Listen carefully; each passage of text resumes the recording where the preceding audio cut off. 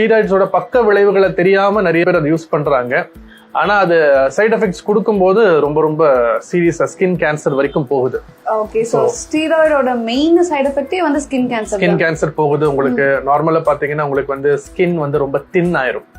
அவங்க skin tone பாத்துக்கிறீங்க ரொம்ப பிங்கா இருக்கும், ரொம்ப க்ளோயிங்கா இருக்கும். அதே மாதிரி பாத்தீங்கன்னா சில பேருக்கு நான் பாத்திருக்கேன், அங்க வெயின்ஸ் எல்லாம் கூட தெரிய ஆரம்பிக்கும். ரொம்ப ஸ்கின் வந்து அதோட குவாலிட்டி மாதிரி ரொம்ப தின் ஆயிரும். இது ஒண்ணு.